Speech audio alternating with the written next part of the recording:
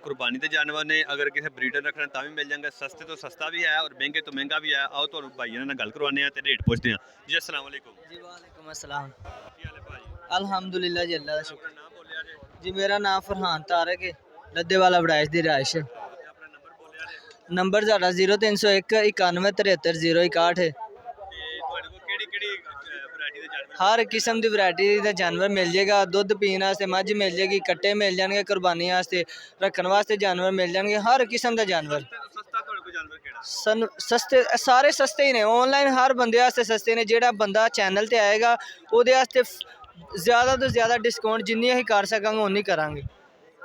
इस चैनल तो जेड़ा बंदा खरीदेगा ਉਹਨਾਂ पूरी रियायत की जाएगी। ਤੇ ਇਹ ਛੋਟੇ ਦਾ ਕੀ ਰੇਟ ਜੇ? ਇਹਦਾ ਅਸੀਂ 170 ਮੰਗਨੇ ਆ। ਜਿਹੜਾ ਕੋਈ ਬੰਦਾ ਚੈਨਲ ਤੇ ਆਏਗਾ ਉਹਨੂੰ ਅਸੀਂ ਡੇਢ ਦਾ ਦਾਂਗੇ ਕੱਟਾ।